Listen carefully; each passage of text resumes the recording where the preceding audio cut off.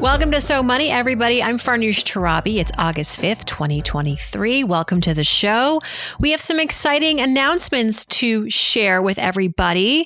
Announcing this week, the Recession Help Desk. Yes, this is a little bit of a pet project of mine at CNET Money. Started to think a couple months ago that things were only going to get a little bit more difficult with the Fed raising interest rates, inflation going nowhere, layoffs abounding. I thought, this doesn't exactly feel like 2008, but they've surveyed Americans now. 58% say, yeah, the recession's landed. So we can wait for the NBER, the National Bureau of Economic Research, to make the official claim of whether or not we are in a recession. And I know there's a lot of debate about whether the two back-to-back quarters of negative GDP amount to anything. I think they do. But look, I don't have a PhD in economics. So I'm just Farnoosh, host of the So Money podcast, editor-at-large of CNET Money. And I hear from you every day. I hear from you. This show is going to be about hearing about your questions. And I know that time is now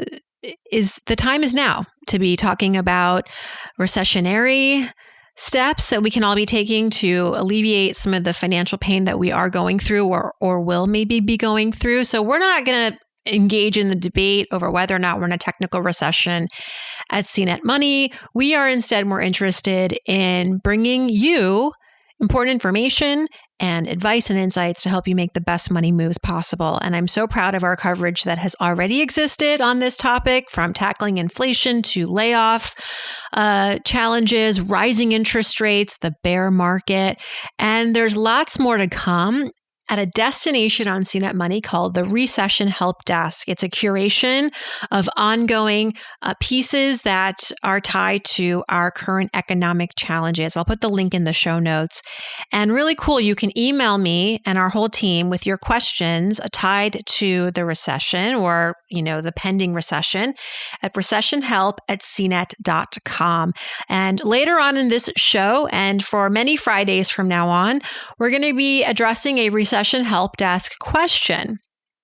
So send those questions in, recessionhelp@cnet.com. I'm not sure when we're going to end this, but we're just beginning. And I look forward to fielding all of your queries. Also, have to tell you all to go back and listen to this week's shows if you haven't. This week was pretty spectacular. I'm going to go backwards. I'm going to start on Wednesday. We had on the show Leah Rudick, who is an actor and a comedian, one of the funniest people on social media as well. I discovered her on Instagram. This can happen. You can serendipitously meet cool people on Instagram. You can reach out to them. And even though they have 150,000 followers, they might write back to you and respond to your girl crush, begging them to come onto your podcast because you think they're so darn funny. Leah Rudick is, as I said, an actor and a comedian based in LA. She was on the show Wednesday, graciously agreed to come on the show. She has these viral videos on TikTok and Instagram. She's garnered over 10 million views on the social media platforms.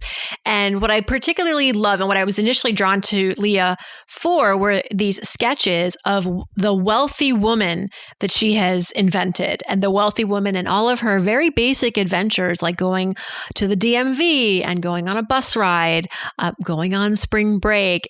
Just hilarious. That's all I'll say. Just go find her. She's everywhere. Leah Rudick. I'll put that show. You can just, if you're listening to this podcast through a podcast player, just go to Wednesday's show and listen to her and I talk about TikTok and her fandom there, the behind the scenes of how she's grown that following, owning your progress, your success in the world of comedy, particularly as a woman, and how to get that Netflix special. Because I think we're all interested in that. At some point, it's a bucket list item for many of us. I feel like think about those Netflix specials like candy now, but clearly not, because I don't have one. First, I got to get a good set together. I think that's my problem. And maybe also millions of TikTok followers. I'm working on it. On Monday, kicking off our week, we had on the show Chelsea Fagan. She is founder and CEO of the Financial Diet. Y'all know what that is, right? I don't have to tell you what the Financial Diet is. It's a multimedia financial advice platform for women. Spectacular. And Chelsea's very opinionated, which I love. And she came on the show to talk about all the things she's saying no to, things that she has been saying no to for a long time. Like she has intentionally decided to design her life as a child-free person. She and her husband, Mark, do not have kids by choice. And how to kind of be good with that, because that's I'm using air quotes, unconventional choice. It's a choice that, let's just put it this way, her friends and family are like, why? What?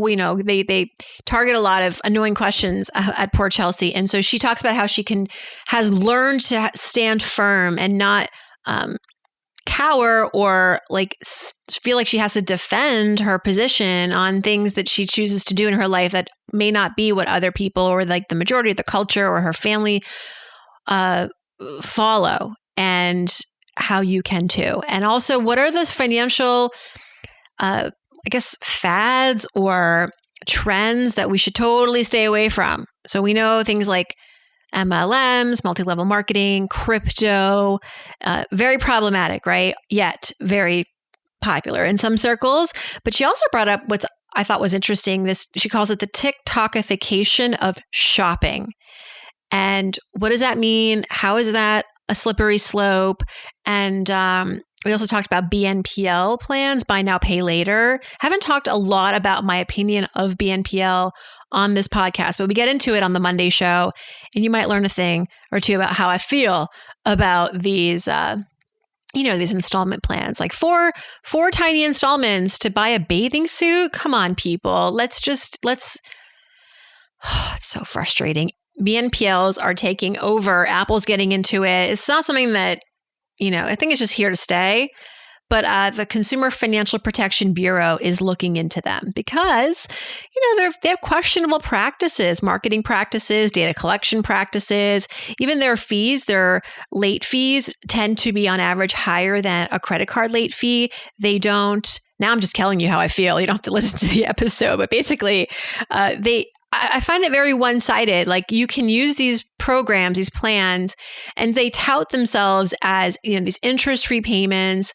You don't need a credit score, or you don't need, very, very light credit check, if at all. And yet, if you miss a payment, you better believe they're going to report that to the credit bureaus. But if you make all the timely payments and you follow the rules, your credit report will never know that you were a responsible borrower. And so it's like, could we, maybe balance that out to start with? Anyway, issues with BNPL. And that's my TED Talk on BNPL. So check out Leah Rudick on Wednesday and Chelsea Fagan on Monday. Let's go to our reviewer of the week. This person will get a free 15-minute money session with me. And this week, we're going to say thank you to Been There. That's the name. That's the alias. Been There. Finance talk, not boring. Farnoosh. I have to confess that if Farnoosh had a podcast about basket weaving, I would subscribe. Listening to Farnoosh is like spending time with a kind, wiser, older sister or friend. She makes me feel like no question is too dumb or complicated. Whatever the topic is, she has no nonsense, easy to follow analysis. Personal finances can be confusing and overwhelming, but Farnoosh makes it less scary. I can finally talk about finances like I actually understand it.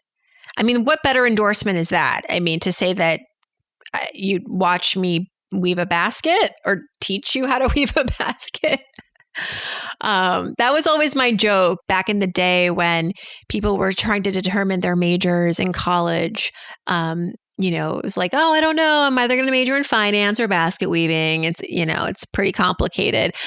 So anyway, thank you so much, Been There, for this cool review. And you can email me, farnoosh@somoneypodcasts.com, or you can direct message me on Instagram, or do both, because better your chances of me seeing that you got in touch. It's been a busy summer.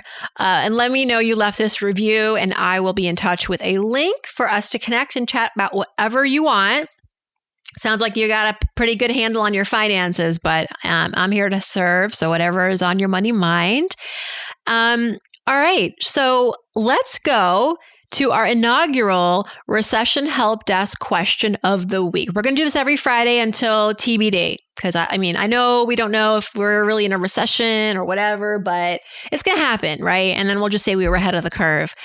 This week, our question, Recession Help Desk question, comes from Rita. As we go into a recession, Farnoosh, should we pay off our debt or keep money in savings and pay off debt slowly? Such a good question to start with. I think this is like a perfect question to start our Recession Help Desk program campaign, because it is, I think, first of all, something a lot of people are probably wondering, and it deals with some pretty giant issues in personal finance like debt and savings. So to answer this, I think I'd first want to know, and I don't, of course, but I would love to know what kind of debt you may have, interest rates specifically, and how much you've already got in savings. Okay, because then I'll be able to kind of give you a better sense of what to do. So without that, I'm going to just guess a couple of scenarios and then give my recommendations. And then maybe you'll hear yourself in some of these scenarios or one of these scenarios. So firstly, if you have, let's say, enough in savings where you can cover basic expenses for, 6 months would be great. I don't know, again, one thing I would like to know is, like, where are you in your career? Are you a younger employee? Are you an older worker? Because depending on your demographic and the industry that you're in, you may be able to find a job quicker than others. So this is all a lot of like give or take here, but basically 6 months, 4 to 6 months would be great.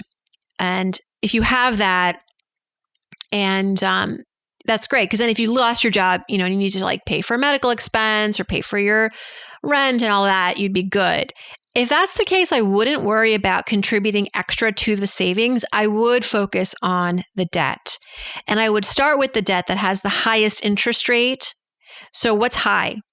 I think more than 6-7%. So that may be a personal loan. It could be a private student loan. It could be an old car loan. It might even, of course, if it's a credit card, I would put a double digit there. It's probably more like 16-17%. If you've got a credit card outstanding balance, and yes, that would top probably the list. And the reason is because savings is good. I'm not worried that you're going to if you lose your job, you're going to have a problem there. The next most important thing is your loan interest payments. And, with rising interest rates, if any of those debts are variable too, you want to prioritize by the highest interest and the ones that are variable, and put an extra principal payment or an extra few minimum payments towards those debts to just get out of that as soon as possible. Those are your most expensive pieces of debt.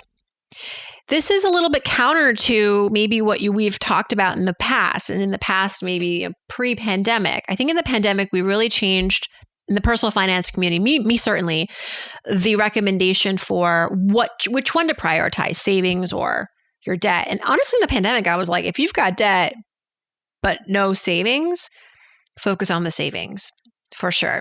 Worry about the debt later. And in some cases, it was solved for us, like our student loan payments, our federal student loan payments were still paused. So I've changed my tune over the last few years over, whether or not debt should trump savings. And I used to say, hey, try to do both. But as we may be entering a recession or are in a recession, I think savings is really important to an extent. And then, of course, debt is important to address, especially that higher interest the higher interest loans and credit card balances, which may adjust higher as the Fed continues to raise rates. Now, a different scenario. So that's scenario number one. You have ample savings and some high interest credit card debt. I would say high interest credit card debt takes precedence. A different scenario, if you don't have a lot in savings, you just have maybe a few weeks worth of cash to tide you over in case you lost your job. I would prioritize putting more into that bank account for a little while longer before making any extra payments on the debt. This also depends, of course, on how much extra you have at the end of the month. So how limited is your cash flow here? Are you living right up to that paycheck to paycheck level, or do you have hundreds of dollars, maybe $1,000 extra dollars a month? Because depending on how much you've got to go and stretch, and then maybe you could do a hybrid approach, right? Where you put some in savings, a little bit towards the high interest debt. So that's another way, I guess. So I gave you like 3 scenarios here.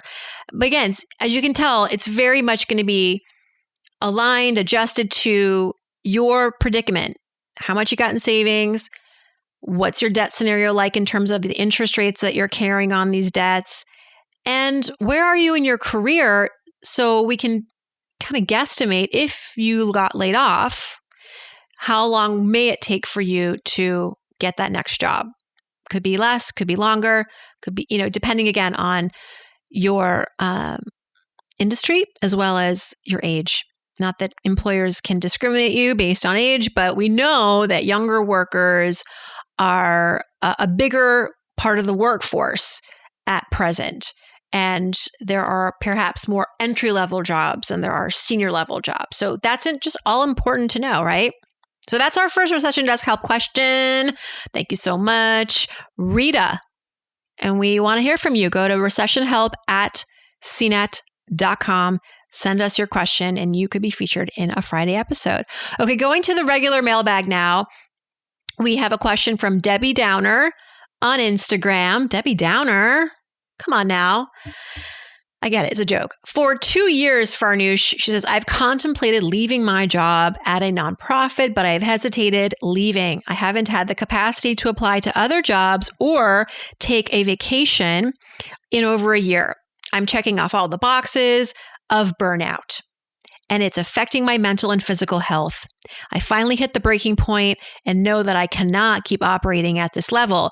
When I leave, I'm worried about tapping into my emergency fund. It's hard enough to get me through 3 months, but I feel like my emergency fund should be for real emergencies like a health crisis or car trouble. But now I'm considering withdrawing from my Roth IRA to have a cushion when I leave. Is there any fine print that I need to know? I'm 29 years old. I have no dependents other than a dog, and taking 1 month to 3 months of rest to travel and properly job search. Would love to hear any advice you have, especially knowing the uncertainty of the market. Your show has helped me a lot and taught me what money can mean when you save it. Thanks for all you do. Debbie Downer, thank you so much for getting in touch.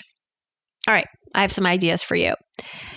But I want to go back to what you said about feeling guilty using your savings and only using savings for real emergencies, like a health crisis. But didn't you just say that you're burnt out? Burnout is a health crisis.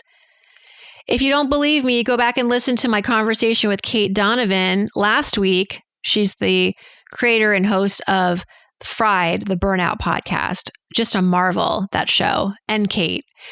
And we talked about burnout and the signs of burnout, what is the true definition of a burnout, why we have to really respect and address burnout like a medical health crisis. So yeah, valid. You got to use that savings.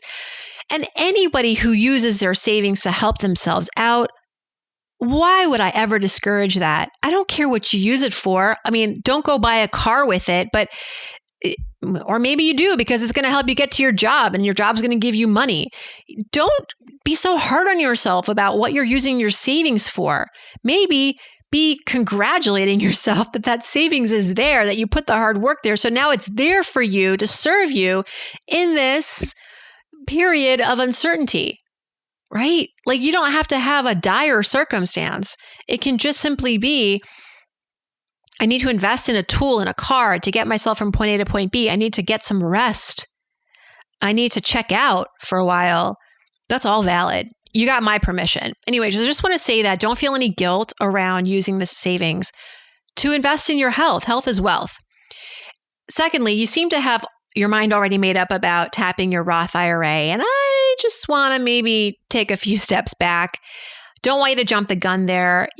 Let's look at what you have. You have 3 months worth of savings. Ideally, like we talked earlier, you'd have closer to 4, 5, 6 months, but hey, maybe you do have more than 3 months saved. So I would encourage you to really examine that cash that you have and the budget that you are sticking to at the moment and how you may be able to pare that down to stretch that 3 months worth of savings to possibly 4, possibly 5 months of savings. And because here's the thing, you're saying you want to take some rest, which is important, but 1 to 3 months, and then you're going to start job searching. So jobs don't happen overnight, right? You have to, even if you were to right today, start to apply for jobs, it could take 3 months before you get an accepted offer because depending on the bureaucracy at the company, how big it is, the hoops you might have to go through, the interviews, all of that, it may take several weeks, if not months. So just bake that in to your calculus for how much you're going to need and, realistically, what you have ahead for you, what you have to look forward to or not look forward to. So first step, just retool that monthly budget so that you can really just optimize the cash that you have on hand so that you're not going to have to attack the Roth IRA. Another way you can stretch that savings, and we talked about this with Kate on the podcast, is imagine you've quit your job. How can you bring in some extra money in other ways that is not stressful, where you're not having to go to work and be drained emotionally? This is something that, I think is great in any economy, but particularly now, we don't know where the job market is going. And the idea of being out of the job market for 3 months, right now, I think the power balance is tilted in the favor of employees. There are more job openings than there are people looking for jobs. We know this. So a lot of companies are struggling to fill positions. So that gives prospective employees leverage. But I don't know how things might change in the fall as rising rates put more pressure on companies and they may start to cut back and lay off or do hiring freezes. So you want to be very mindful of the time is just what I'm trying to tell you. And so to work somewhere, to stay productive, to stay connected, really it's for you, for the network, for the connections, stay in the game. So just pointing all of that out because I don't want you to lose momentum. I don't want you to feel like you are going to start applying for jobs after many months of not having a job. And then having to explain that gap when at a time when employers may not be so desperate to hire people, let's just say, but also because this is going to help you out financially. Can you bring in $500, $1,000 a month through some side hustles, some freelance work, things like that? Again, we talked about this with Kate, where when you're transitioning from burnout, especially, it's not like you leave your job and the burnout stops. You have to really work on yourself, figure out why you were burnt out. And along the way, I think you don't want to add financial stress to that, to always be worried about, am I going to deplete my savings? To just have something like you just literally clock in and clock out. It could just be a job at a retailer. Why am I saying this? Because I don't want you to have to tap your Roth IRA, all right? I'm really protective of retirement accounts. There's no catch, of course, to make those withdrawals from your Roth IRA. You can make withdrawals of whatever contributions you've made to your Roth IRA, penalty-free, tax-free. But after the 5th year, you can take out the earnings tax-free, penalty-free. So yeah, you can do it. But ideally, I would just love that we never have to resort to this. And maybe you could do the first couple things that I suggested, which is stretch the budget, get a part-time job. And then if you do need more time off and you're like, oh, okay, I'm going to probably run out, look at the Roth IRA as a supplement, but don't immediately assume you're going to need it. Because that's going to just miss out on the compounding growth. And you want to be able to protect yourself today, but also yourself in the future. And, your Roth IRA is flexible. It's got this provision. You can take the money out, but, I just want you to try to consider other pathways before you do that, protecting your future self.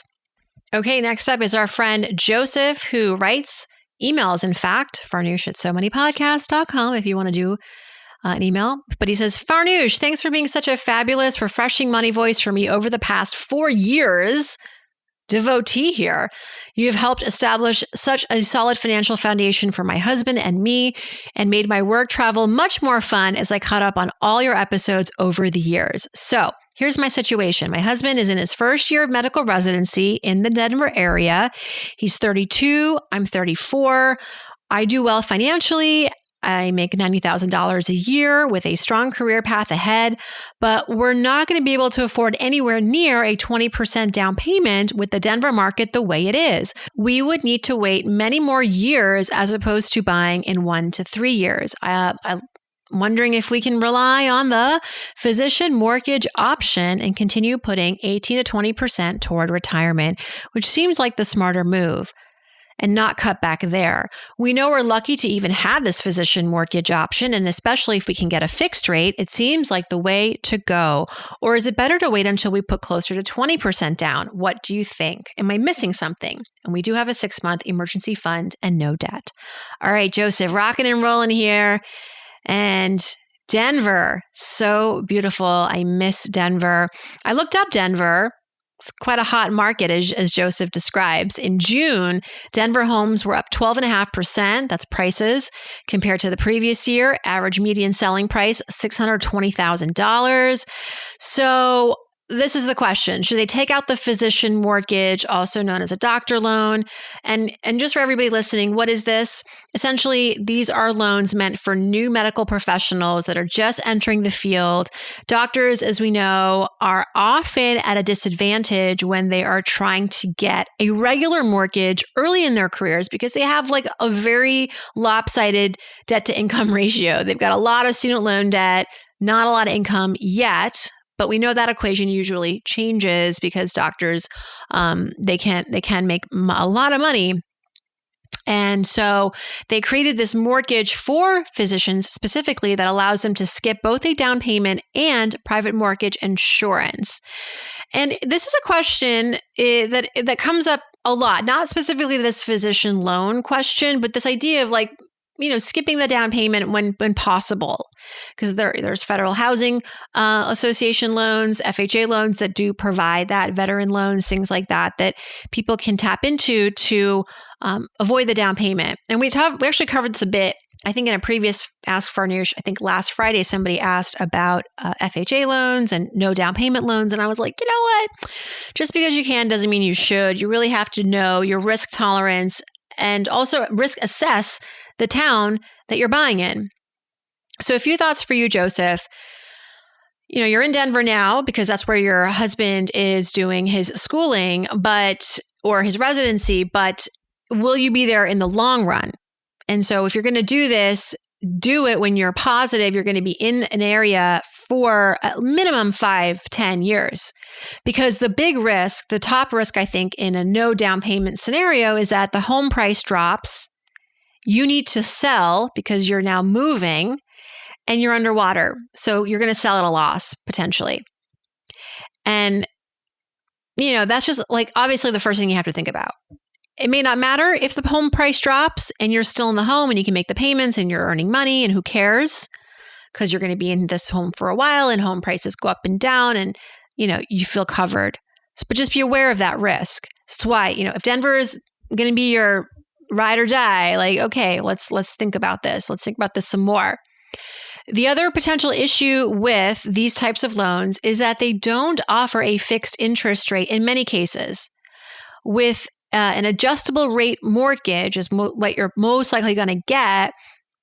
You're going to get that lower interest payment at first, but then it's going to adjust higher and it's going to usually align with wherever like the rates are going. And if rates are going up, then your ARM is going to go up as well. So you may have to prepare for increased monthly payments as you live in this home. Now, that said, you may be able to refinance eventually to a conventional 30-year fixed rate mortgage.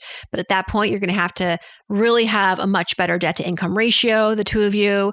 You're going to have to show, obviously, years of work and good credit scores, all those things. You're going to have to basically now apply for a mortgage again. And you're going to have equity. But the upside to that is that maybe you'll get a fixed rate in an environment where rates are uncertain and they seem to be trending higher. And then the last thing I want to say about this is just, again, we talked about Denver and it's competitive, it seems still. And if you're like loving a house, but you're going down with 0% and there's a buyer that's got all cash or 50% down, which is not unheard of, right? In this very, very tight housing market, this isn't the most competitive place to be. As a 0% down payment borrower, you're not a very competitive buyer in many markets right now that are experiencing a lot of demand relative to their supply. So just another thing to manage expectations. But again, I think the big issue here is how long are you planning to live in Denver or somewhere else where you're going to be taking on this loan? Make sure it's a pretty long time that you want to be there so that you can ride out fluctuations in the home value while you have 0% equity. You could refinance eventually down the road from an ARM to a fixed rate, but at that point you want to have a stronger financial sort of profile, and then be prepared that this may not, win over sellers who are looking to get top bid on their homes. But I appreciate the question. And thank you so much for being such a loyal listener all these years to the show. And I think I mentioned you caught up on all the episodes. Damn, Joseph, my God, thank you so much. All right. And last but not least, we have our friend Allie, who's wondering how to transfer brokerage accounts. Here's the question. Farnoosh, I am ready to break up with my financial advisor, thanks to programs like yours. Okay. I don't know how I feel about that, but if you're not happy with your financial advisor, it's time to break up. It's not cheap, right? It's like breaking up with your hairdresser or your dentist. It can be awkward. Anyway, she says, I have a $300,000 taxable brokerage account and a $33,000 Roth IRA. By the way, amazing. I'm a teacher in California, so I'll be getting a pension. Is there any special considerations for moving money out of Schwab, my broker's house, to my Fidelity account? I know 401ks need a custodian to custodian transfer to avoid the taxes. Is there anything like that for IRAs for taxable accounts? I'd like to make this an easy breakup. All right, so our question is how to transfer the money to avoid potential taxes or penalties. My recommendation, Allie, first is to hook up with someone, an in-house financial advisor expert at Fidelity, which is the receiving firm, because they're going to be taking that money in, who can explain to you the process. And you tell them also what you want to do, and they will explain to you, how they're going to do this transfer. A lot of times these happen automatically, but it's always good to talk to a human to understand the process. They'll probably have you fill out an online form. It's called the transfer initiation form, and they'll handle it. You're dealing with two well-known established brokerages. That's the good news. These aren't like obscure companies. I'm sure Schwab and Fidelity talk to each other every single day for these reasons. So it's totally protocol. And, ultimately the goal here is, from Fidelity's perspective, and I think it's what you want too, is to set up identical accounts for you at Fidelity so that the fund transfers can go basically from apples to apples. Now, there may be some cases where you have some funds, ETFs that are very specific to Schwab. It's happened. And Fidelity's like, well, we don't carry that exact flavor of mutual funds, but we have something very similar. So what they'd have to do probably is cash out that particular fund and then take that cash and reinvest it in that very other similar fund. But they won't probably ever do that without letting you know. They have to disclose in those cases when they're cashing out your investments. So you will be informed. I've gone through this. I've gone through all of this. I've broken up with my financial advisor. I've had the transfers happen. It takes a couple of days. And I applaud you for breaking up with your advisor if you felt like it wasn't the right fit. And I actually want to take the last few minutes here to read you the email that I sent my financial advisor back in the day when I was trying to make a clean split. And full disclosure, I liked my financial advisor. Well, it wasn't her, it was me. Okay. I still talk to her. I still recommend people to her. I think she's great. I just think that we sort of outgrew her And me and my husband, we were working with her when we first got married. She set us up with all the great things, 529 plans. She got us hooked up with an insurance agent to fill up our sort of insurance holes in our financial life. We needed more life insurance. I needed disability insurance. So we got all that, and we paid for the financial plan, and we were just like cruising. And I just felt like to pay the fee, and this was before robo-advisors, I should mention. So once robo-advisors entered the picture, I was like, bye. So here's what I wrote. Okay. And you can just copy paste this. I won't come after you for copywriting. Dear so-and-so, we are writing to let you know that we really appreciate the hard work and thoughtful guidance you provided us over the last few years. We feel confident in knowing that we're going to hit our retirement goals. Our estate plan is in great shape, and Evan's 529 plan is growing. As we review our needs going forward, we don't think we need as much undivided attention. We've made the decision to work directly with financial advisor, brokerage house, I should say. We think this move will be best for us over the long run. We trust you understand, and you're probably not surprised based on our conversations earlier this year. Again, thank you for all that you've helped us with. We couldn't be here where we are without you, and we'll continue to refer many friends and colleagues your way. Please let us know what next steps you recommend. And you know what? She wrote back a very nice reply. Totally understand. You guys are great. I will be in touch with next steps. And that is how it's done, okay? It's just cordial, clean, bye. And I probably have saved thousands and thousands. That email saved me thousands and thousands of dollars. And I didn't drag my feet. I just was like, it's time. It's time, Farnoosh. And that is our time. That's a wrap, everybody. Thank you so much for joining me on this Friday. I hope you have some fun plans. We're going to throw a big bouncy castle party for our daughter's graduating pre-K class at our place, weather permitting. And so, that's what we're doing. Good luck to me. Thanks so much for tuning in. I'll see you back here on Monday. And I hope your weekend is so money.